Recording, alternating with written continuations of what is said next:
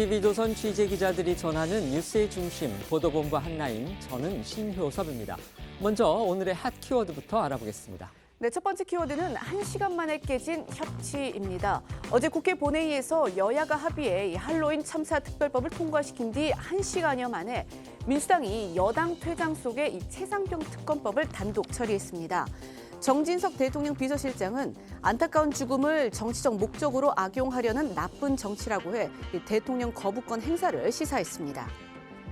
두 번째 키워드는 국정농단급 특검입니다. 야당이 강행 처리한 최상병 특검법은 수사팀 인원만 최대 104명으로 국정농단 특검에 맞먹는 규모입니다. 또 상황에 따라 대통령까지 수사할 수 있고 사실상 민주당이 특검 후보자를 정하도록 하고 있어 여당은 독소 조항으로 가득 찼다고 반발하고 있습니다. 세 번째 키워드 당선인 학폭 논란입니다. 민주당 공천으로 서울 서대문갑에서 당선된 김동아 변호사에 대해서 고교 시절 학교 폭력 의혹이 제기됐습니다. 어제 한 방송은 김 당선인으로부터 앞이 안 보일 정도로 세게 맞았다는 등의 동창생 주장을 보도했지만 김 당선인은 모두 허위 사실이라며 법적 조치를 예고했습니다. 다음 키워드 찐명 거야 사령탑입니다. 다음 국회에서 절대 과반 의석을 갖게 된 민주당이 오늘 오전 대표적 강성 친명계인 박찬대 의원을 원내대표로 선출했습니다.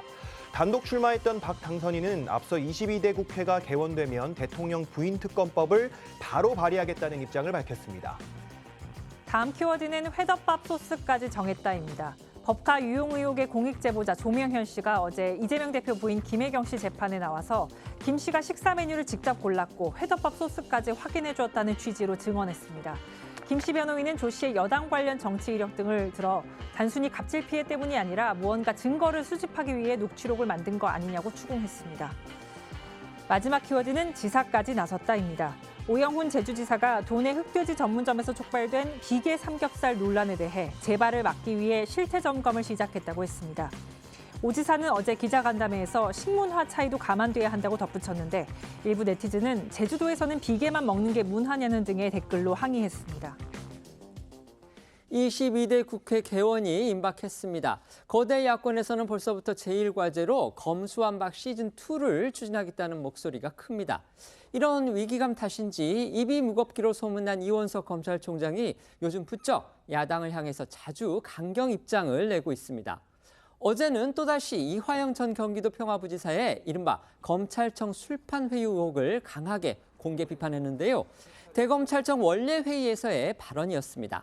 이 총장의 어제 주장부터 자세히 전해주시죠. 네, 이원석 검찰총장은 어제 열린 이 대검찰청 원내 회의에서 이화영 전 부지사 측이 제기하고 있는 이 검찰청 술판 의혹은 터무니없는 거짓이자 법망을 찢으려는 시도다라고 비판했습니다. 그러면서 이 재판받는 피고인이 법정 밖에서 검찰을 향해 이 터무니없는 거짓을 늘어놓고 없는 사실을 입증하라고 목청을 높이고 있다면서 이는 사법 시스템을 뒤흔들어 법망을 찢고 빠져나가려는 불법, 부당한 시도다라고 지적을 했습니다.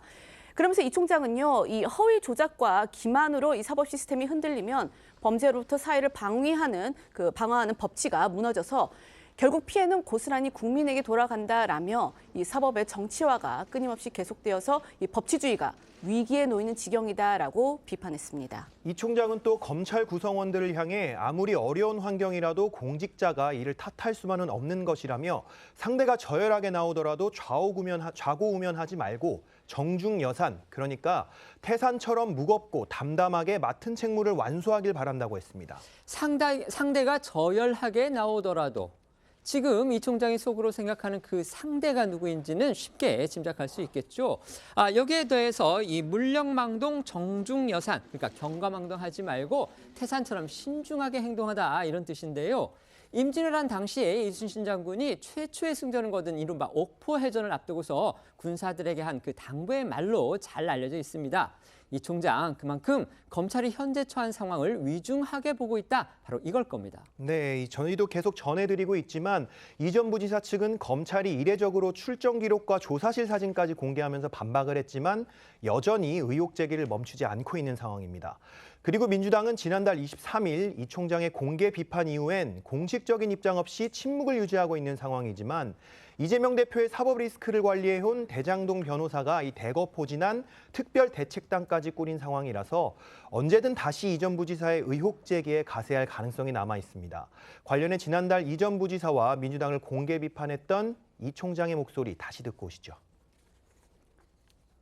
중대한 부패 범죄로 재판을 받고 있는 피고인이 사법 시스템을 흔들고 공격하는 이러한 일은 당장 그만두어야 합니다. 공당에서 그러한 이화영 부지사의 진술만 믿고 이에 끌려다녀서는 안 된다. 이화영 부지사에 대해서 그 진술이 100% 진실이다라고 말씀하셨는데 그렇다면 앞서 이화영 부지사가 이재명 대표의 대북 송금 관여 사실을 진술한 바로 그 진술도 100% 진실인 것인지 저는 되묻고 싶습니다. 저희도 전해드렸지만요. 사흘 전인 지난달 30일이었습니다. 전직 MBC 기자와 친야 성향의 유튜브 매체가 이원석 검찰총장의 이른바 뇌물수수 의혹을 폭로하겠다. 이렇게 예고를 했다가 돌연 취소하는 해프닝이 있었습니다. 그런데 오늘 중앙일보에 보면은요, 이 전직 기자가 의혹 제기의 근거로 제시하려 했던 그 이 총장 부인의 계좌 관련 자료가 조작된 정황이 있다. 이렇게 중앙일보가 보도했습니다. 이게 맞다면 대한민국 검찰 총수를 흔들기 위해서 누군가 의도적으로 또 조직적으로 움직였을 가능성까지 있는 것이어서 주목되는 겁니다. 네, 말씀하신 것처럼 지난달 30일 MBC 기자 출신의 유튜버 장인수 씨가 자신의 유튜브에 이원석 검찰총장 뇌물수수 의혹 방송 예고 동영상을 올렸다가 이 총장 부인의 계좌를 공개한 대검의 반박 입장이 나온 뒤 방송을 철회하고 사과 입장을 밝혔습니다. 하지만 장 전 기자가 유튜브 방송까지 예고하며 의혹 제기에 나선 데에는 이 총장 부인의 계좌 거래 내역을 조작한 자료가 활용된 정황이 있고 또 대검이 반박 입장문을 통해서 장 씨 외에도 총선을 넉 달 앞둔 지난 1월부터 여러 언론사가 같은 의혹에 대한 문의를 했었다고 밝히면서 그 배경에 의구심이 커지고 있습니다. 먼저 대검에 따르면 관련 문의가 들어온 건 지난 1월 10일부터였다고 하고요. 지상파 방송사 한 곳과 모 일간지 신문, 친야 성향 인터넷 매체 등이 조작된 금융 계좌 자료를 제보받아서 문의했던 것으로 알려졌습니다. 이 중 모 일간지 신문과 친야 성향 인터넷 매체는 대검의 사실 확인 뒤 오해가 풀렸다면서 보도를 접었고요. 유일한 지상파 방송사였던 A방송사는 검사가 뇌물을 계좌로 받는 게 말이 되냐며 자체적으로 취재를 접었다고 합니다. 다시 말해서 누군가가 조작된 계좌 거래 내역 자료를 동시다발적으로 언론사에 제공을 했고 이 중 두 군데는 사실 확인 뒤에 포기를 한 거고 한 군데는 자체 포기한 가운데 장 전 기자만 보도에 나서려고 했던 것으로 볼 수 있겠습니다. 또 중앙일보에 따르면 이 장 전 기자가 예고했던 유튜브 방송에는요. 22대 국회의원 당선인이죠. 신장식 조국 혁신당 대변인도 출연할 예정이었던 것으로 알려졌습니다. 그만큼 이 조작된 계좌 자료가 겉으로 보기에는 좀 그럴듯해 보였다는 그런 이야기일 텐데요. 이제 지금 보신 게 화면에 나오는 게 이 대검이 공개한 장 전 기자 등 이 복수의 매체가 제보받은 그 엑셀 파일, 그러니까 자료 중 일부입니다. 자료의 기본 틀은 이겁니다. 2016년 이 스폰서 검사 사건 피의자인 박모 변호사 부인의 특정 계좌, 이 신한은행 계좌 출입금 이체 내역인데요. 여기에 이원석 총장 부인의 계좌를 삽입한 약간 복붙한 그런 형태입니다. 이에 대해서 이 금융권 출신의 한 국회 인사는요. 이 해당 양식이 은행 내부에서 쓰이는 전상용 양식이라서 일반인은 얻기 어렵다 이렇게 설명한 것으로도 전해졌습니다. 일반인들은 얻기도 어렵다는 은행 내부 전상용 파일을 누가 어떻게 입수해서 조작했느냐? 이거 궁금해질 수밖에 없는 겁니다. 일각에서는요, 국회 인사청문 자료 또는 공수처의 수사 자료가 유출됐을 그 가능성도 제기하고 있습니다. 네, 그렇습니다. 이 법조계에서는 박 변호사를 수사한 사정기관이 신한은행으로부터 제공받은 내부 수사 자료가 외부로 유출됐다 이런 해석이 나오는데요. 한 법조계 관계자는 중앙일보에 공수처가 뇌물 공여 의혹 사건을 담당해 2022년 3월 박 변호사를 기소했다며 공수처가 확보한 자료가 외부로 흘러나갔을 가능성이 있다고 말한 것으로 전해지고요.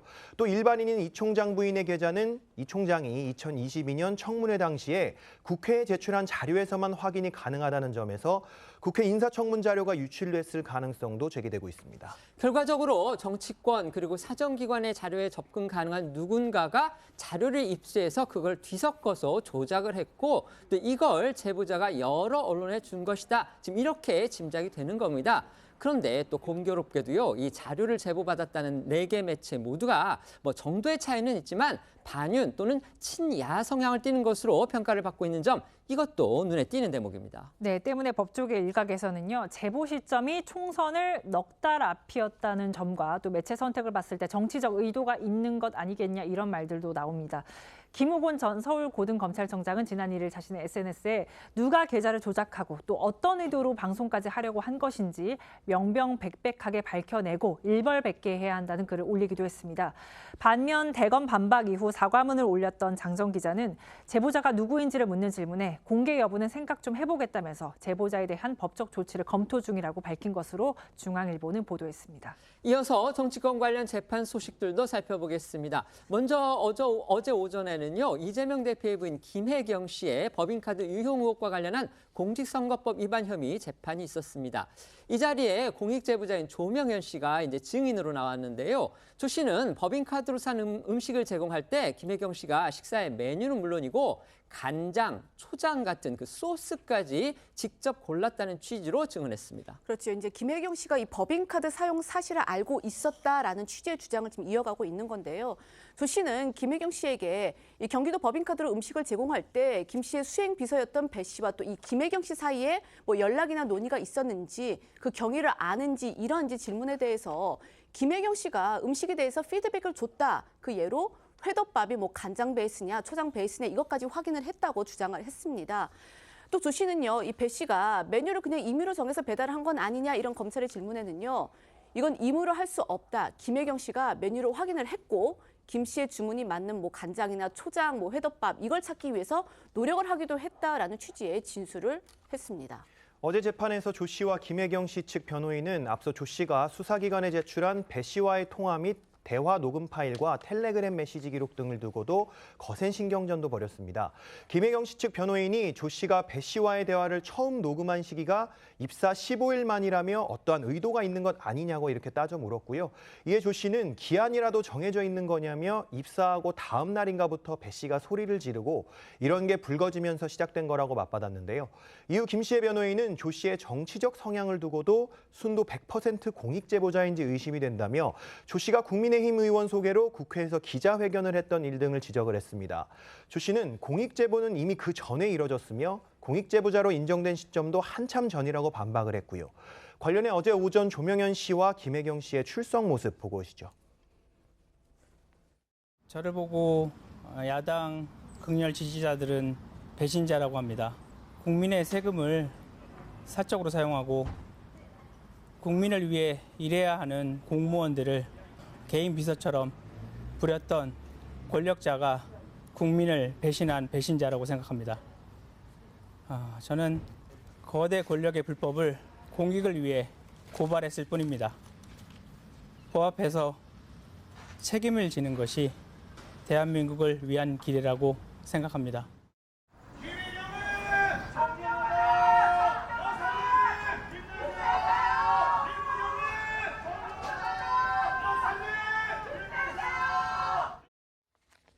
어제 오전 서울고법에서는요, 불법 자금 수수 혐의로 1심에서 실형을 선고받았죠. 김용 전 민주연구원 부원장의 항소심 재판도 열렸습니다.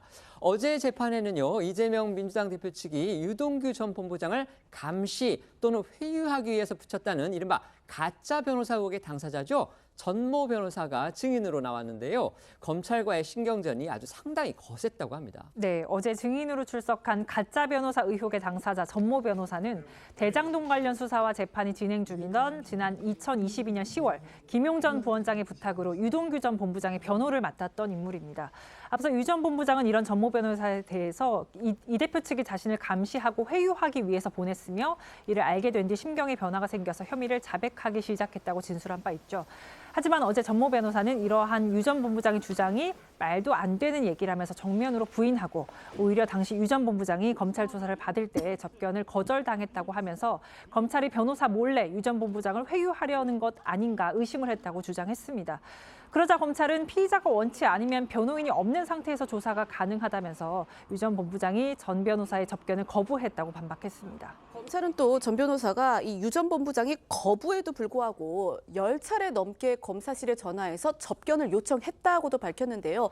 검찰은 이제 이 부분을 두고 계속 접견을 요청한 이유를 두고 그렇다면 유 전 본부장 이게 이제 전 변호사가 그렇게 한 이유가 결국은 유 전 본부장이 조사를 받는 과정에서 이재명 대표와 정진상 씨와의 이 범행을 공모한 사실 이거를 진술할 것을 우려해서 그렇게 한 것이 아니냐라고 따져 물었지만 전 변호사는 부인을 하면서 자신이 그런 내용을 어떻게 알았겠느냐라고 부인했습니다.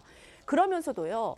2022년 10월 18일 이 국정감사 기간 이 전 변호사가 김의겸 민주당 의원과 통화한 이유에 대해서 이제 검찰이 질문을 했는데 왜 통화를 했느냐 이렇게 물었는데 여기에 대해서는 이제 끝까지 증언을 거부를 했거든요. 사실 이걸 두고 이제 검찰 측에서는 유 씨의 변호사가 이 수사 상황을 민주당에 유출을 했다 이제 이렇게 의심을 하고 있는 겁니다. 그리고 이제 이 부분에 대해서는 어쨌든 증언을 거부를 했고요. 이 과정에서 전 변호사는 검사에게 왜 자꾸 째려보느냐 이렇게 항의를 하면서 약간의 신경전을 벌이기도 했습니다.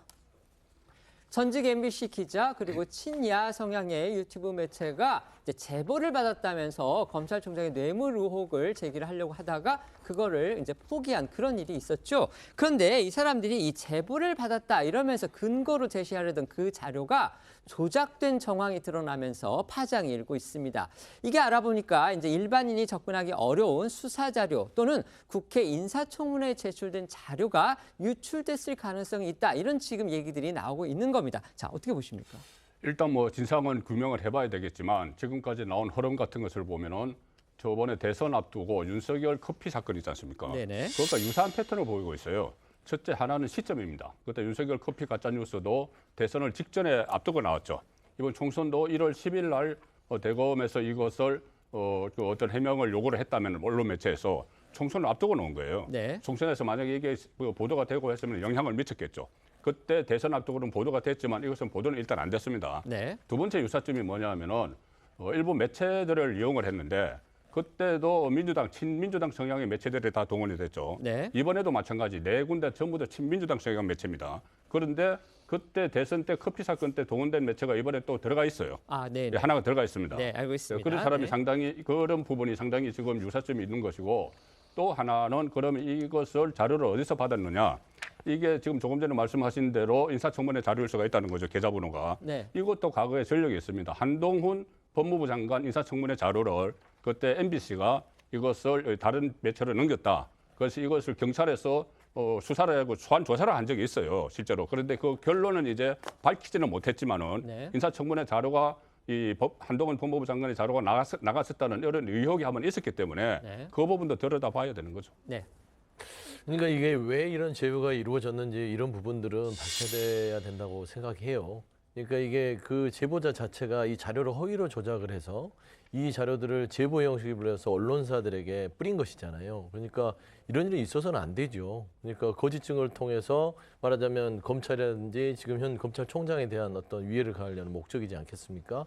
근데 이게 이제 언론사라든지 이런 부분에 있어서의 책임을 물은 일은 아닐 것 같아요. 그러니까 제보자가 좀 친정부 비판적인 언론사를 골랐을 거 아닙니까? 거기에만 제보 자료를 줬을 것이고 제가 이 일련의 과정을 보니까 기사들 읽어보면 결국에 언론사들이 대검에 확인하는 과정에서 이 자료가 허위였구나 하면서 취재를 다 접습니다. 그리고 현재 보면은 장인수 전 기자 자체도 이 제보자에 대해서 공개할지 말지 그리고 이 제보자에서 법적 책임을 물을지에 대해서 따진다는 것은 결국에는 이 제보자 자체가 굉장히 잘못된 생각을 가지고 알겠습니다. 언론사에 대해서 많은 허위의 정보를 했다라는 점이기 때문에 저는 이 제보자를 찾아서 좀 엄중한 책임을 물어야 된다. 저는 그런 생각이 듭니다. 알겠습니다. 다음은 국회의원이 되기도 전에 논란에 휩싸인 일부 당선인들 소식 전해드리겠습니다. 먼저 민주당 공천으로 서울 서대문 갑 지역구에서 당선된 김동아 변호사가 학교 폭력 논란에 휩싸였습니다. 김 당선인은 1987년생입니다. 그야말로 청년 정치인인데요. 이번 총선에서 대장동 변호인으로 이름을 알린 대표적인 친명계 인사이기도 합니다. 뭐 연예인이라든지 아니면 공직자의 자녀가 학폭 논란에 휩싸인 적 저희가 본 적이 자주 있습니다. 하지만 이렇게 국회의원 당선이 뭐 사실상 국회의원이라고 볼 수도 있을 텐데 직접 연루된 학폭 의혹은 아마 처음이 아닌가 싶습니다. 어떤 논란인지 그 내용부터 자세히 설명해 주시죠. 네, MBN은 어제 이 과거 고등학교 시절 김동아 당선인으로부터 학교 폭력을 당했다는 이 동창생 A씨의 인터뷰를 공개를 했습니다. A씨는 당시 이 김 당선인이 자신을 사소한 이유로 폭행해서 상해를 입힌 사실을 또렷하게 기억을 한다면서 앞이 안 보일 정도로 세게 맞았고 그 이후에도 주먹으로 계속 때리자 이 친구들이 말려서 멈췄던 적도 있다 이렇게 토로했습니다. 또 김 당선인이 무서워서 이 주변에 가지도 못하고 학교에서 없는 사람처럼 조용히 생활했다 이렇게 주장하기도 했습니다. 김동아 당선인에게서 폭력을 당했다 이렇게 주장하는 A씨는요. 그때 일로 지금까지도 트라우마에 시달리고 있다. 또 이런 주장도 펴고 있습니다. 네, A씨는 이 그때만 생각하면 다시 돌아가고 싶지 않을 정도라고 울분을 토로하면서요. 김 당선인 때문에 학창 시절이 힘들었고 TV에서 다시는 안 보고 싶다. 그런 사람이 국회의원을 해선 안 된다고 생각한다고 밝혔는데요. 그러면서 김 당선인이 국회의원 출마 전후로 자신에게 연락을 주거나 사과를 한 적이 없다고도 덧붙였습니다. 목소리 직접 듣고 오시죠. 엄청 세게 앞이 안 보일 정도로 세게 맞았거든요. 그 이후에 주먹으로 계속 때렸어요. 친구들이 말려서 멈췄던 적이 있어요. 이후로 무서워서 걔 주변에 가지도 못하고 학교에서 없는 사람처럼 조용히 생활했어요. 걔 때문에 학창 시절이 힘들었고 TV에서 다시는 안 보고 싶어요. 그런 사람이 국회의원 해서는 안 된다고 생각합니다. 지금 들으신 내용은 MBN이 보도한 내용이고요. 이게 본인이 아니고 이제 대역이라고 이렇게 표시가 된 것도 저희가 또 눈길을 끕니다. 그런데 김 당선인이 이 학폭을 저질렀다고 주장하는 고등학교 동창생들 이 A씨 말고도 더 있다. 지금 이런 주장입니다. 네, 그렇습니다. A씨는 김 당선인이 본인 말고도 괴롭히는 아이들이 많았는데 장난 삼아서도 때리고 심하게 때린 적도 있었다고 회상했습니다.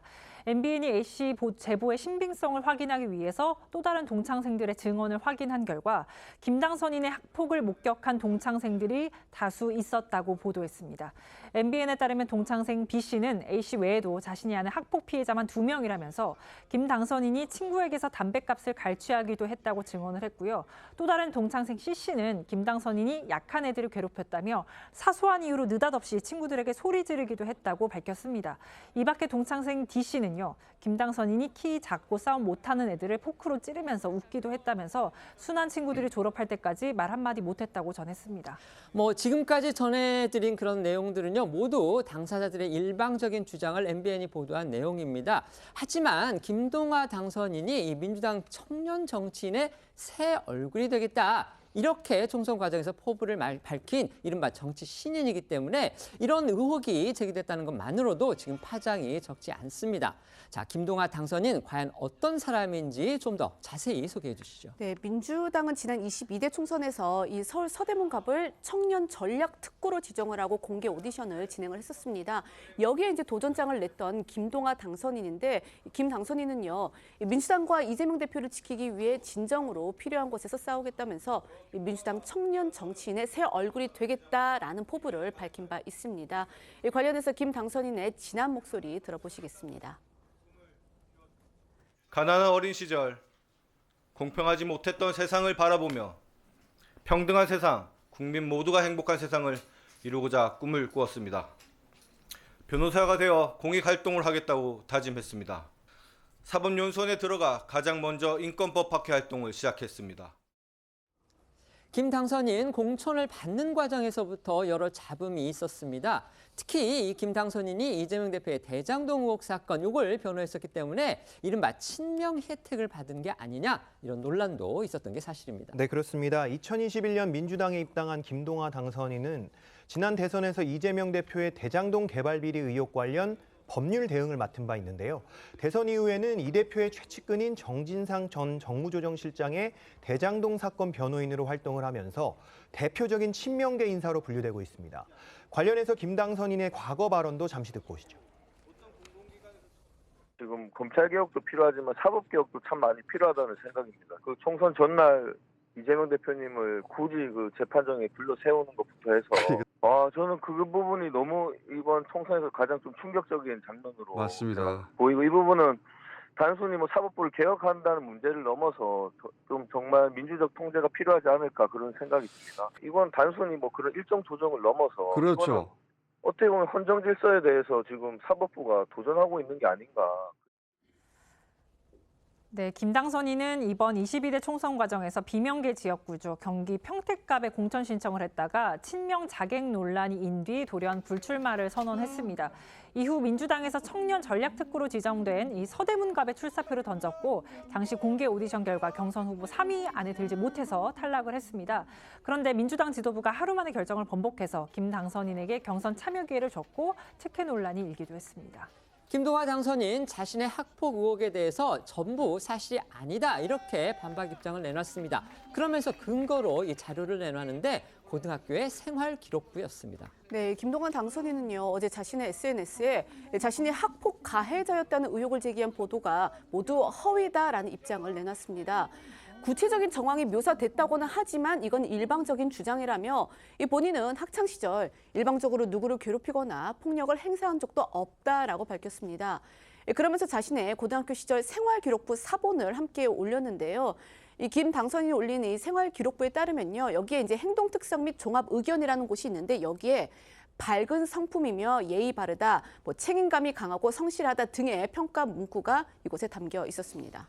그러니까 당시 선생님들이 자신이 이렇게 좋게 평가를 했는데 내가 어떻게 학교폭력을 저질렀다는 거냐 이렇게 이제 항변하는 의미로 아마 저렇게 생활기록부를 공개한 걸로 보입니다. 그러면서 김 당선인 자신과 정치적으로 반대되는 이들의 음해다 이런 주장도 내놨습니다. 네, 김 당선인은 본인의 당선 전후로 고향에서 본인과 관련된 악의적인 소문이 돌고 있다는 얘기를 들었다면서 본인과 정치적으로 반대 입장인 동창생들이 소문의 발원지라는 이야기도 들었다고 주장을 했습니다.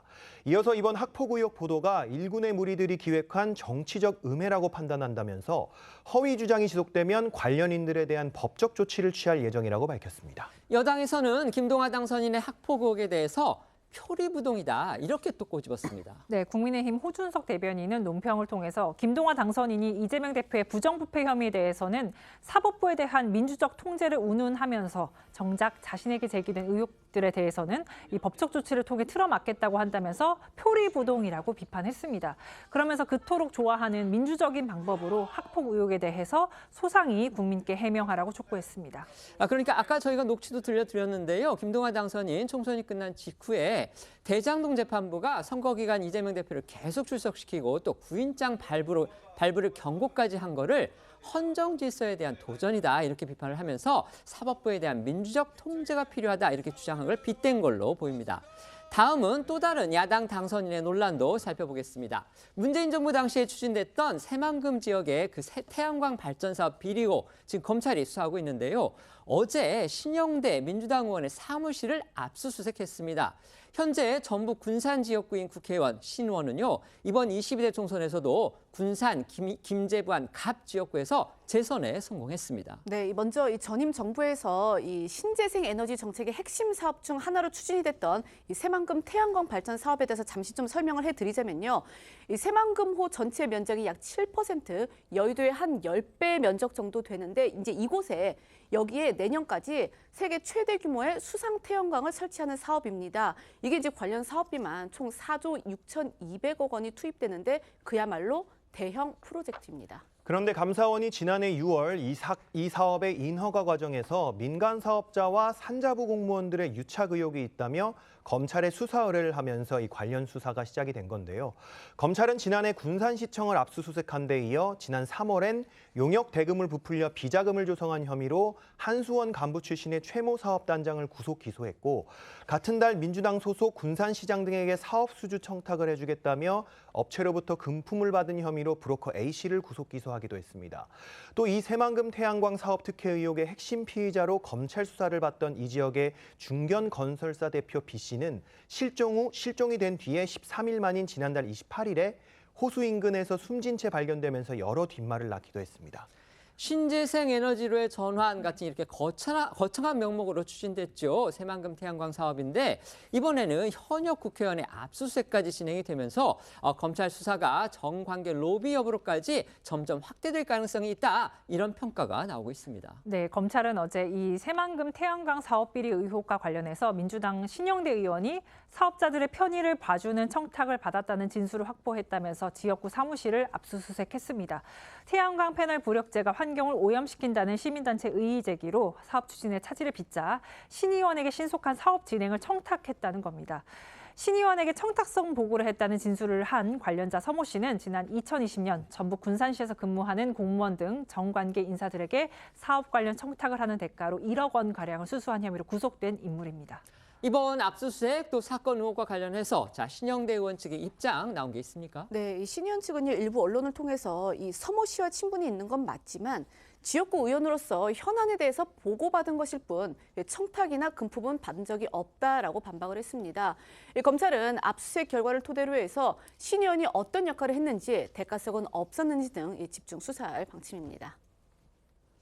저희가 아까도 잠깐 말씀드렸습니다. 이 학교 폭력 의혹 최근에 잇따라서 제기가 됐는데 그 대상이 연예인이라든지요, 아니면 이제 국회의원의 자녀, 또 고위 공직자의 자녀 이런 분들을 대상으로 해서 의혹이 제기가 됐기 때문에 저희가 그것과 관련해서 여러 가지 논란과 파장이 많이 있었죠. 그런데 이번에는 국회의원 당선인의 고등학교 시절 학폭 의혹이 제기가 됐습니다. 제가 정치부 기자 생활을 오래 했지만 이 국회의원 당선인의 학폭 의혹 처음이 아닌가 싶습니다. 어떻게 보셨습니까? 네, 앵커가 말씀하신 대로 저도 처음 보는 것 같습니다. 국회의원이 학폭의 당사자가 돼서 지금 논란의 중심에 있다는 거 상당히 국민적 관심을 끌 것 같고요. 특히나 이제 김동완 당선인 같은 경우는 청년 몫으로 정치인이기 때문에 학폭과 직접적으로 많은 좀 연관이 돼 있을 수 있어요. 왜냐하면 젊은 청년들이 그 학폭에 대해서 민감하거든요. 이제 두 가지로 봐야 될 것 같습니다. 첫 번째는 이제 그 생활기록부를 까서 공개를 해서 생활기록부 자체에 학폭에 대한 관련된 어떤 징계라든지 또 평가가 나는 좋게 받았다라고 지금 나서고 있지만, 두 번째는 뭐냐면 사실관계에 대한 다툼은 여전하다. 왜냐하면 동창생들이 증언을 한 거잖아요. 그러니까 학폭위는 열리지 않았다 하더라도 피해자들이 있는데 지금 김동완 당선인은 이들의 말이 다 허위다라는 겁니다. 그러니까 MBN의 취재가 허위라는 것은 이 사람들의 주장이 많은 부분들이 다 거짓말로 한다는 것인데 그 목적이 무엇일까라는 부분인데, 이 사실관계는 무조건 다퉈야 될 부분인 것 같고, 마지막으로 학교 생활을 다시 돌아봐야 될 것 같습니다. 동창생들이 이렇게 얘기를 한다는 건 조금 학교 생활에서 별로 그렇게 많은 인기는 얻지 못했던 거 아닌가. 네, 사실관계는 좀 해봐야 되겠습니다. 네.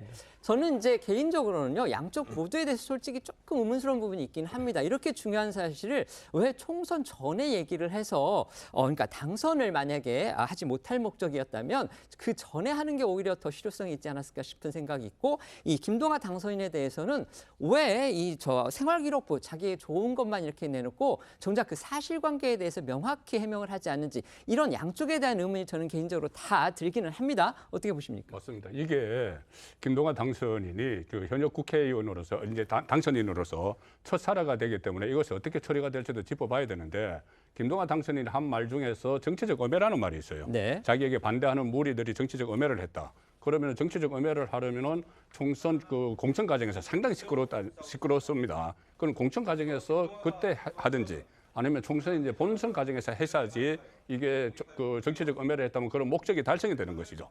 그런데 지금 김동완 당선인은 그런 이야기를 하면서 구체적으로는 뭐 어떤 세력이라고까지 이야기를 했습니다. 그러니까 현역 그 정치인이 학폭에 대해서 어떤 세력이 나를 엄해한다고 해서 이게 큰 문제가 되는 거예요. 그리고 또 이 본인이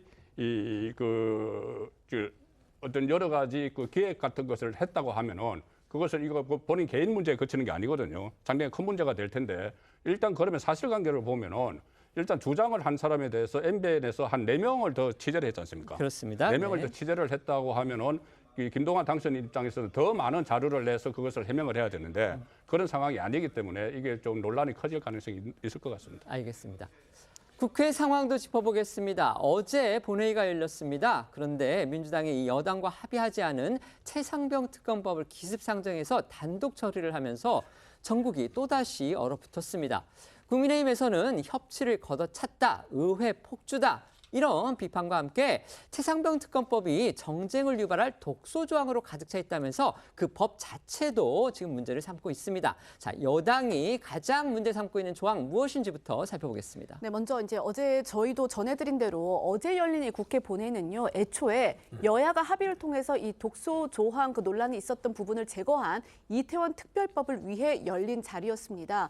윤석열 이재명 회담 후에 첫 협치의 결과물이다라는 이제 긍정적 평가도 나왔었죠. 그런데 이제 앵커 말씀하신 대로 민주당이 어제 본회의에서 여야 합의 없이 이 최상병 특검법을 기습 상정하고 또 단독 처리까지 강행을 하면서 전국은 그야말로 급격히 얼어붙었는데요. 이 최상병 특검법은요, 지난해 여름 경북 수해 현장에서 이 실종자 수색 작전 중 순직한 최상병 사건 수사 외압 의혹의 진상 규명을 위해서 이 특검을 도입하는 그런 법안입니다. 민주당 등 야권은 대통령실과 국방부가 사건을 축소 은폐하려 했다라고 주장을 하고 있죠. 하지만 국민의힘은요, 이게 이제 현재 수사 중이라는 사안을 점을 들어서 반대를 하고 있는데, 원래 특감이라는 것은 수사기관 수사가 미진했거나 공정하지 못했다는 국민적 평가가 있을 때 도입을 하는 건데, 이 사건은 현재 공수처에서 관련 수사가 진행 중이다. 그러니까 결과를 기다려보는 게 순서다라면서 반대를 하고 있습니다.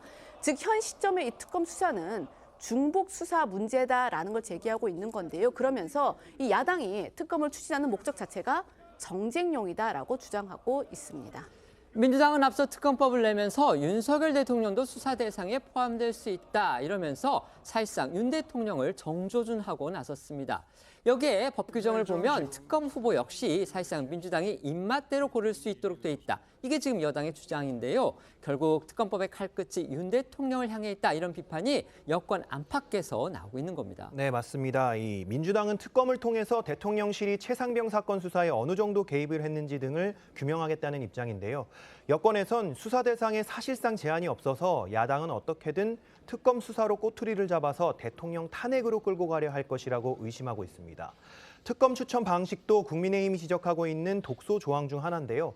특검법상에는 대한변호사협회가 후보 4명을 추천하면 대통령이 속하지 않은 교섭단체인 민주당이 그중 2명을 추리고 여기서 윤 대통령이 최종적으로 1명을 선택하도록 되어 있습니다. 민주당은 애초에 대한변협에서 추천을 하기 때문에 공정하다는 입장이지만 여권에선 민주당이 추천한 사람들 가운데에서만 대통령이 골라야 하기 때문에 이는 사실상 민주당이 입맛대로 특검을 정하고 답을 정해놓은 수사를 하려고 한다는 의도로 주장을 하고 있습니다. 수사 인원이 최대 104명에 달하는 거대 특검.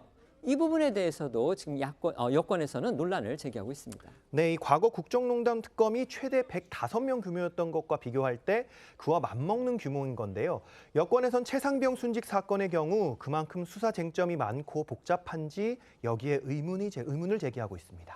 국민의힘이 독소 조항이라고 주장하는 내용들 살펴봤는데요. 민주당은 최상병 특검은 총선 민심이다. 이를 따르는 게 국회의 기본 의무다 이러면서 연일 정부 여당을 압박하고 있습니다. 지금 민주당은요, 이 법안을 내놓게 된 그 계기에 대해서 몇 가지를 말하고 있습니다. 그중에 대표적인 게 당시에 해병대 수사단장이 그 해병대 사령관한테 그런 혐의를 인정하는 그런 자료를 경찰에 제출하려고 했는데 그걸 대통령실이 개입을 해서 걷어들이도록 했다. 그 과정에 국방부 장관도 있고 대통령실의 비서관도 있고 또 그 최고에는 윤 대통령이 결국 있는 것이다. 따라서 이 특검을 통해서 그런 윗선의 개입 여부를 철저하게 가려야 한다. 지금 이런 주장을 하고 있는 겁니다. 오늘 최고위에서 관련해서요, 윤 대통령의 과거 발언을 함께 듣는 그런 일이 있었는데 이재명 대표가 소리내어서 웃는 그런 장면이 또 포착이 됐습니다. 자, 이건 또 무슨 상황이었는지 궁금합니다. 네, 오늘 오전 열린 민주당 최고위원 회의에서요, 정청래 최고위원이 윤 대통령이 죄가 없다면 특검을 받아들여야 한다면서 지난 대선 과정에서 나온 윤 대통령의 발언 영상을 틀었습니다. 해당 영상은 지난 2021년 말 윤 대통령의 모습을 담은 것으로 당시 윤 대통령은 이재명 대표가 연루된 대장동 개발 의혹 특검을 언급하면서 죄를 지었으니까 특검을 거부하는 것이라고 말한 바 있습니다. 이 영상을 본 이 대표는 크게 소리내서 웃었고요. 윤 대통령이 죄가 없기 때문에 최상병 특검법에 거부권을 행사하지 않을 것이라고 믿는다면서 윤 대통령을 압박했습니다. 영상 보시죠. 특검을 왜 거부합니까? 죄 지었으니까 거부하는 겁니다. 민심을 거스르다 큰 코 다칠 겁니다. 특검을 거부하는 자가 범인입니다. 과거 윤석열 대통령의 발언을 동영상으로 다시 보시겠습니다. 특검을 왜 거부합니까? 죄 졌으니까 거부하는 겁니다. 저는 윤석열 대통령님 그리고 여당이 거부권 행사를 하지 않을 것으로 믿습니다. 범인이 아닐 것이니까. 아까 우리 정청래 최고께서 보여주신 것처럼 특검을 거부하는 자가 범인이다. 이거 저번 대선 경선 과정부터 지금까지 수년간 계속 대통령 후보부터 여당이 끊임없이 대내왔던 거 아닙니까? 아마 이 현수막으로 붙인 것만 해도 수만 장 되지 않을까 생각이 됩니다. 수년간 지금 현직 대통령님부터 여당이 끊임없이 해왔던 말, 범인이 아닐 테니까 거부하지 않을 걸로 믿습니다. 제가 영수회담에서도 말씀드렸던 것처럼 정치가 전쟁이 돼서는 안 됩니다. 이렇게 죄졌으니까 거부한다는 영상으로 대통령을 공격하는 민주당 지도부를 보면서 지난 대선 당시 현 여권이 주장했던 대장동 특검 결국 받아들이지 않았던 민주당이 또 생각나는 건 어쩔 수 없는 일인 듯합니다. 어떻든 최상병 특검법이 기습 상정됐던 어제 본회의장 국민의힘 의원들이 강하게 항의하면서 퇴장한 반면에요. 민주당 의원들은 박수를 치면서 또 환영하고 국민의힘 의원들을 향해서 또 비난 공세를 폈습니다. 네, 어제 본회의에서 민주당은 이 당초 합의되지 않은 최상병 특검법 상정을 요구했고 이 직권 상정 권한이 있는 국회의장을 압박해 왔었습니다. 이 김진표 국회의장 결국 직권 상정을 택하면서 의결 절차에 돌입을 했는데 이 국민의힘 의원들은 모두 꼼수 상정이다라고 항의를 하면서 집단 퇴장해서 이 표결에 불참했고요. 김웅 의원만 남아서 찬성표를 던졌습니다. 이 과정에서 국민의힘 의원 중 일부는 고성을 지르며 항의를 했고 이어 규탄대회도 열었는데 그러자 이제 민주당 쪽 의석에서는요. 박수와 함께 총선에서 지고도 정신을 못 차렸다 그런 비난이 나오기도 했습니다. 어제 본회의장 상황도 영상으로 보시겠습니다. 여러 가지로 고려한 끝에 오늘 의사 일정 변경 동의의 건을 표결 처리하도록 하겠습니다. 의사 일정 변경 동의안에 협치 아닌 독주 정치 민주당을 규탄한다. 대통령실은 즉각 강하게 반박을 하면서 사실상 윤석열 대통령의 거부권 행사를 시사하고 나섰습니다. 여야의 극한 대치 전국 정말 돌파구를 찾기가 쉽지 않아 보입니다. 네, 이 정진석 대통령 비서실장은 민주당이 최상병 특검법을 단독으로 처리한 직후에 언론 브리핑을 자청해서 강한 유감을 표했습니다. 안타까운 죽음을 이용해 정치적 목적으로 악용하려는 나쁜 정치라고 야당을 맹비난했는데요. 대통령실 공개 브리핑에서 이처럼 강도 높은 지적이 나온 것은 이 사실상 윤 대통령의 거부권 행사를 시사한 것으로 해석이 됐습니다. 또 박성재 법무부 장관 역시 최상병 순직 사건은 경찰과 공수처에서 수사를 진행하고 있다며 수사 중인 사건이 특검으로 진행된 전례는 없는 것으로 알고 있다고 했는데요. 두 사람 목소리도 들어보겠습니다. 협치 첫 장의 잉크가 마르기도 전에 민주당의 입법 폭주를 강행하는 것은 여야가 힘을 합쳐 민생을 챙기라는 총선 민의와 국민들의 준엄한 명령을 정면으로 거스르는 것이라 하지 않을 수 없습니다. 민주당의 특검법 강행 처리는 최상병의 안타까운 죽음을 이용해서 정치적인 목적으로 악용하려는 나쁜 정치입니다. 수사 결과도 지켜보지 않고 바로 특검을 추진한다는 것은 그런 제도의 취지에 좀 잘 맞지 않는 것이 아닌가 이런 생각이 듭니다. 어제 본회의를 둘러싸고 주목됐던 장면 중에 하나, 하루 종일 김진표 국회의장을 향해서 최상병 특검법을 직권 상정하라 이렇게 쏟아진 범야권의 수위 높은 압박이었습니다. 김 의장은요, 의장실까지 쫓아온 강성희 진보당 의원을 향해서 언성을 높이기도 했습니다. 네, 이 김진표 국회의장은 본회의가 열리기 전까지만 해도 이 여야 합의를 강조했던 것으로 알려졌는데요.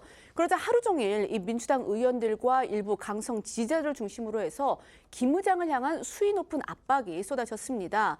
그중 이 차기 국회의장의 도전장을 낸 인물이죠. 이재명 대표 최측근으로 이 친명계 좌장으로 불리는 정성호 의원은요. 내일로 예정된 이 김진표 의장의 해외 순방 취소를 촉구한다면서 내가 의장이 되면 대신해서 외유를 보내드리겠다 이렇게 비꼬기도 했습니다. 또 이 민주당 당원 게시판에는요, 이 차기 국회의장에 강경파인 추미애 당선인을 뽑아야 한다라는 글과 함께 김진표 의장을 향한 욕설과 막말이 쏟아졌습니다.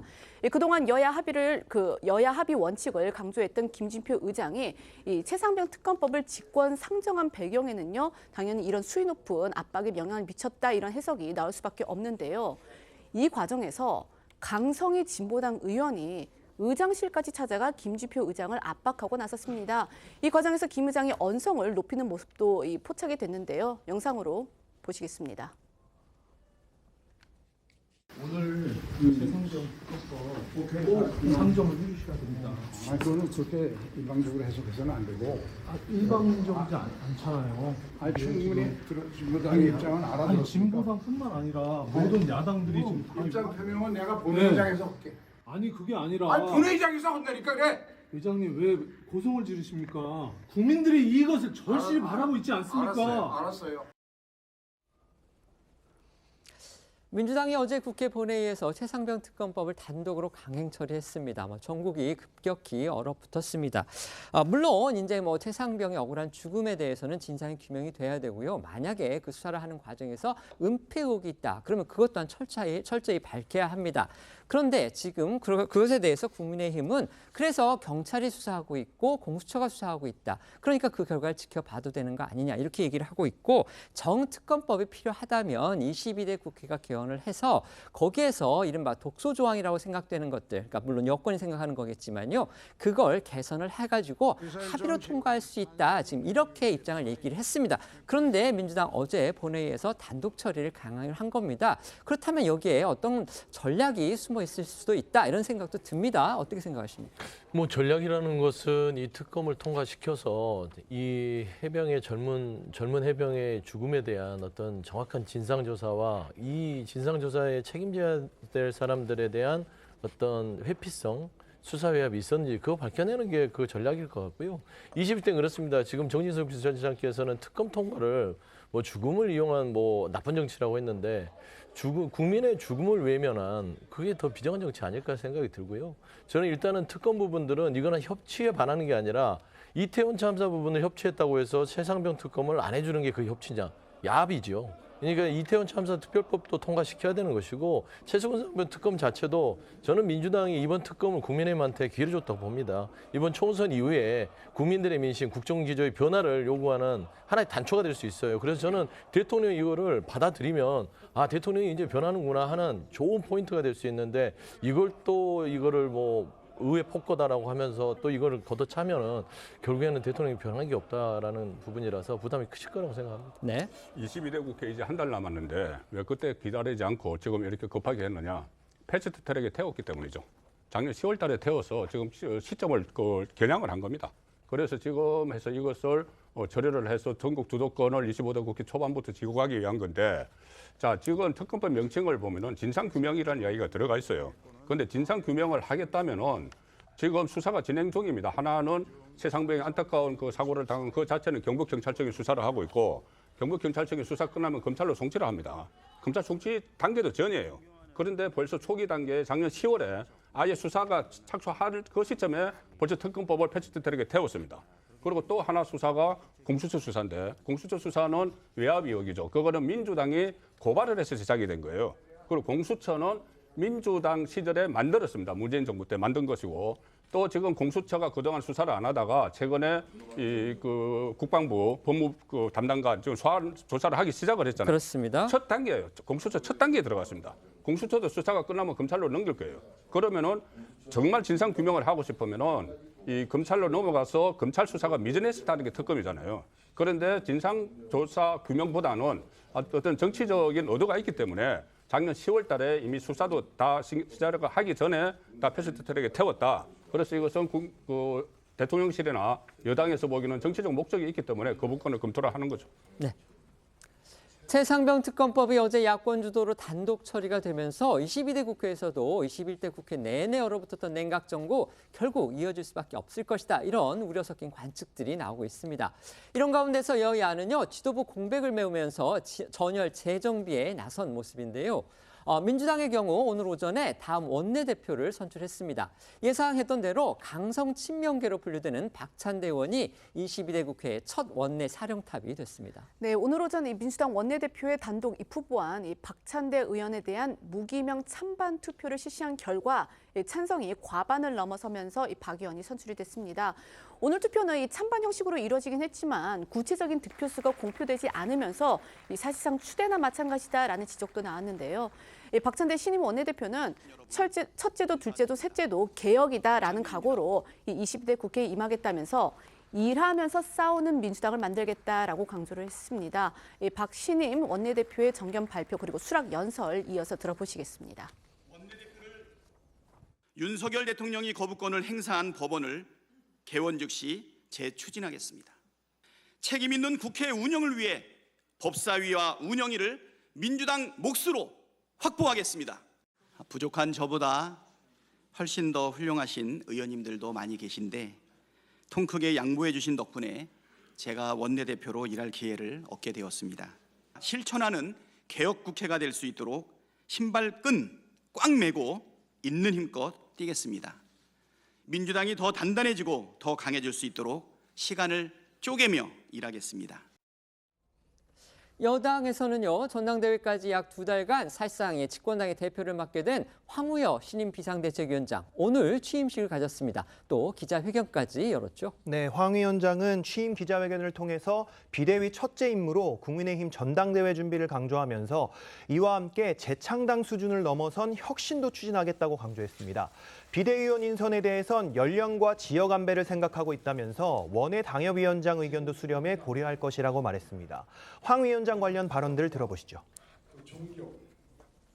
비대위의 임기는 6개월이나 그 사이 전당대회를 마치고 새로운 지도부가 구성되면 임무를 종료하게 됩니다.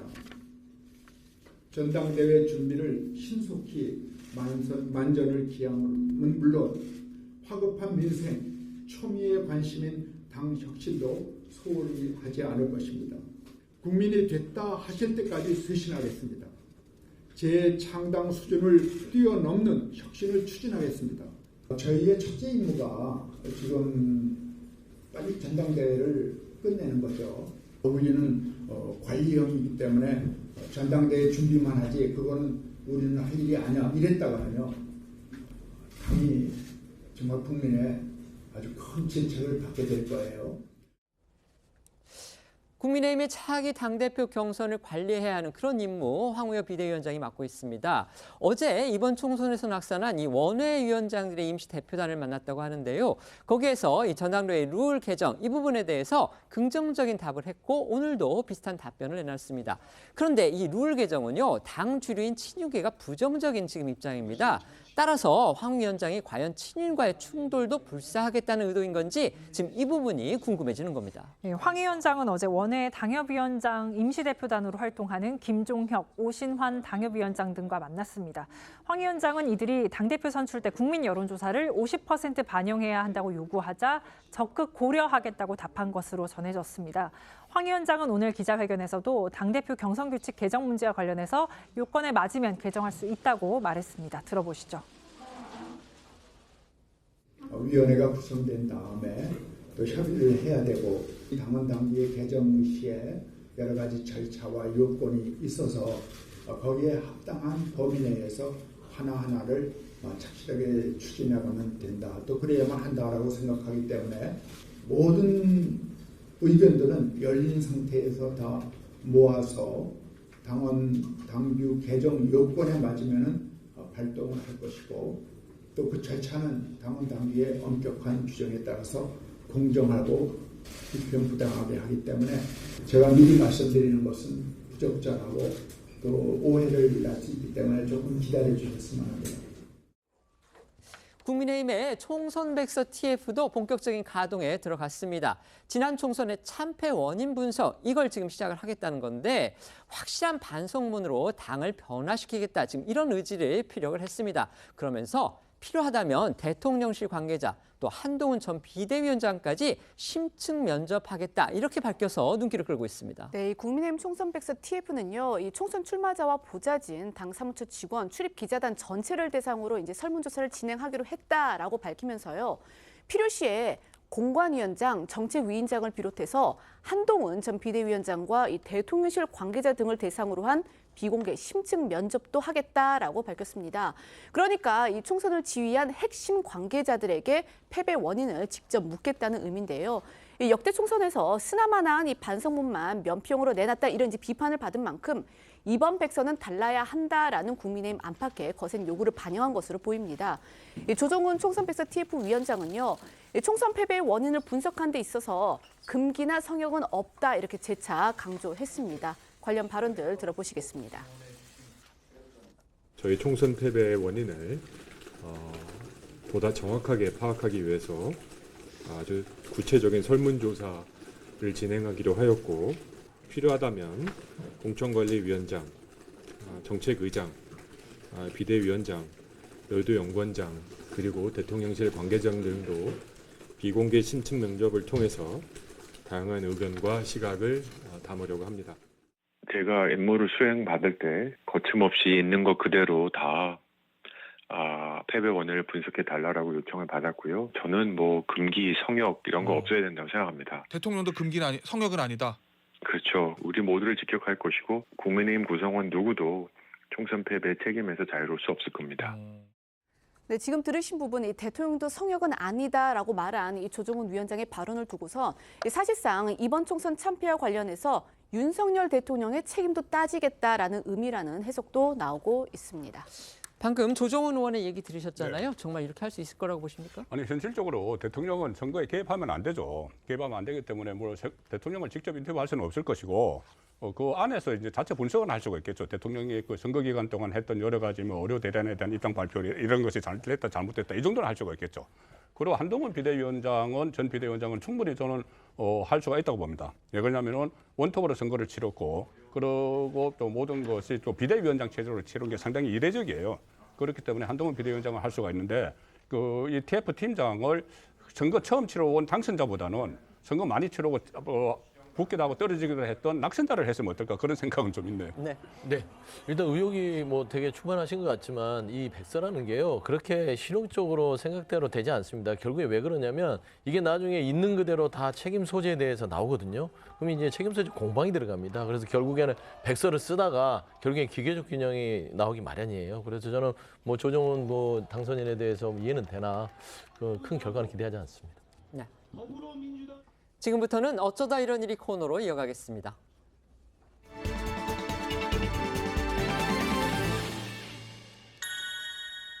첫 번째는 피습 사건을 SNS에입니다.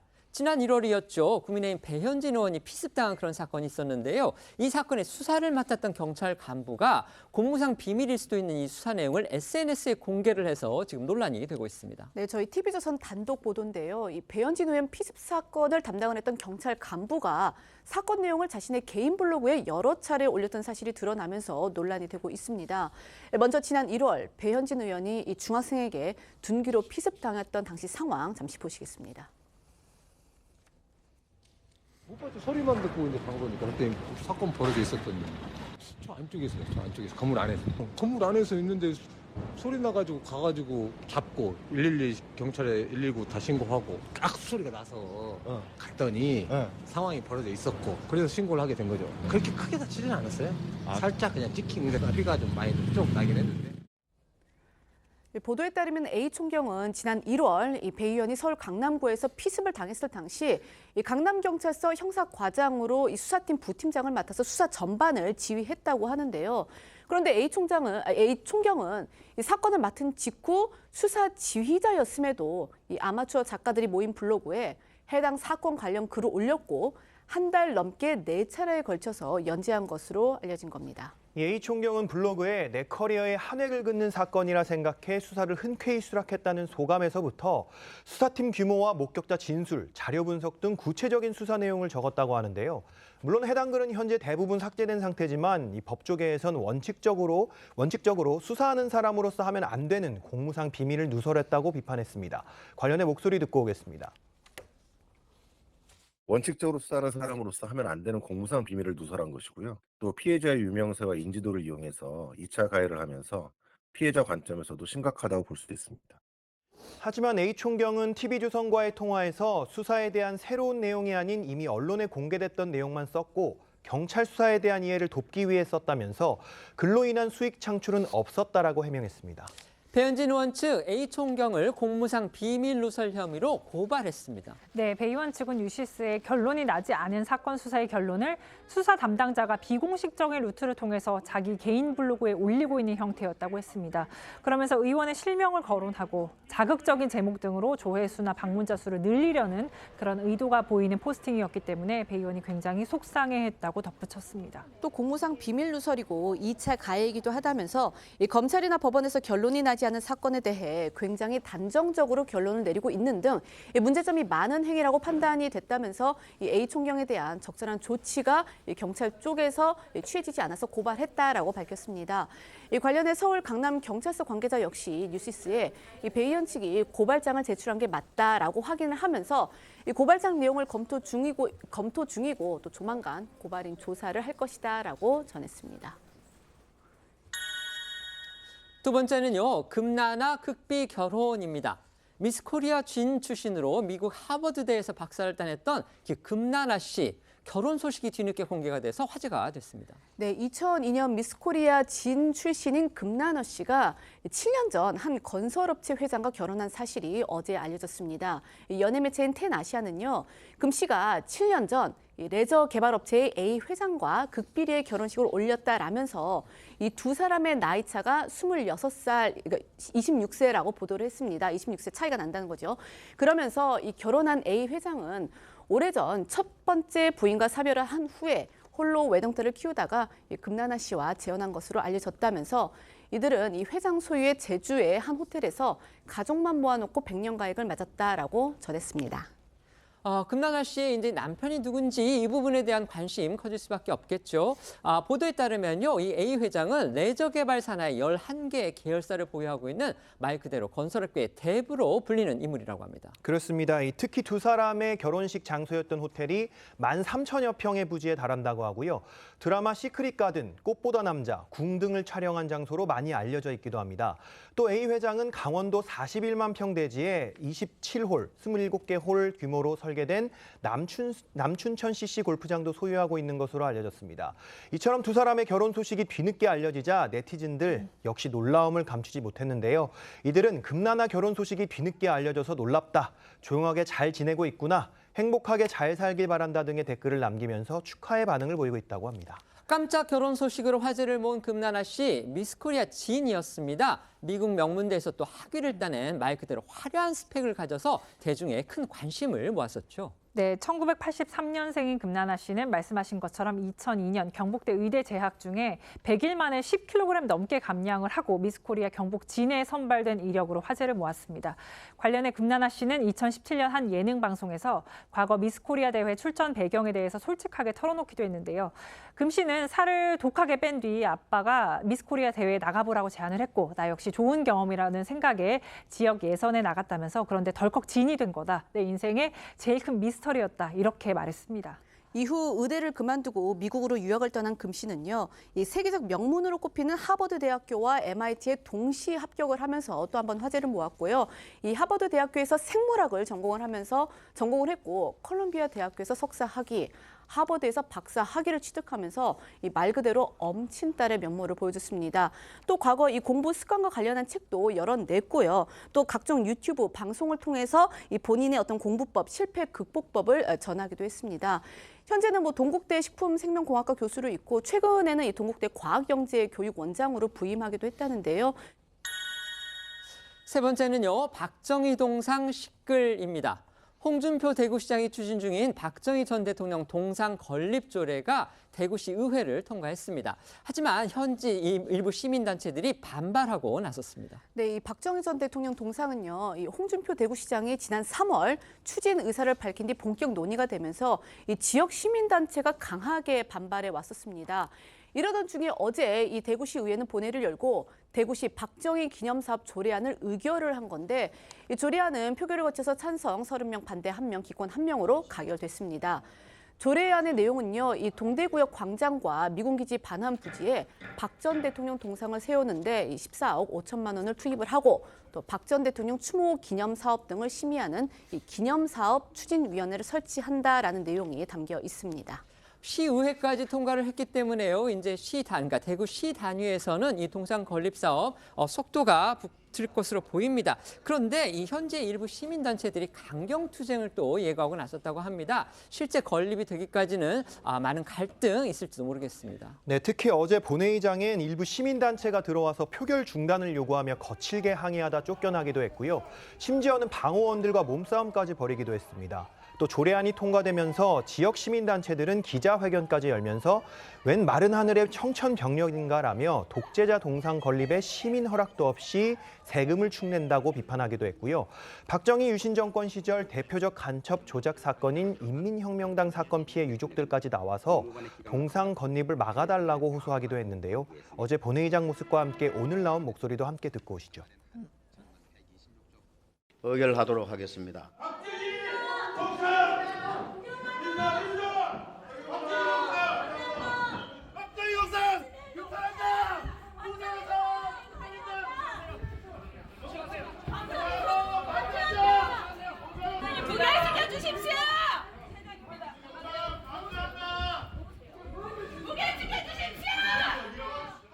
대구 미래에 도움이 안 된다는 겁니다. 대구가 미래를 개척해야 될 시기인데 지금 과거로 이렇게 퇴행하는 것은 대구에 전혀 도움이 안 되는 것입니다. 세 번째는 예산 낭비입니다. 이런 데 쓸 돈이 어디 있겠습니까? 네, 그런데 이런 시민단체 반발에도 홍준표 대구시장은 박 전 대통령 기념사업을 정상적으로 추진하겠다는 입장을 밝혔습니다.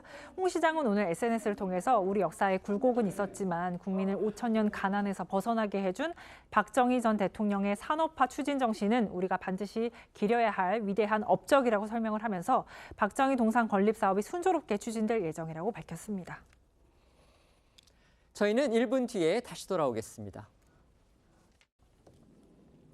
오늘 준비한 소식은 여기까지입니다. 내일부터 어린이날 연휴가 시작됩니다. 저희는 대체 공휴일인 6일에는 하루 쉬고요. 다음 주 화요일인 7일 오후 1시에 다시 찾아뵙겠습니다. 오늘도 시청해 주셔서 고맙습니다.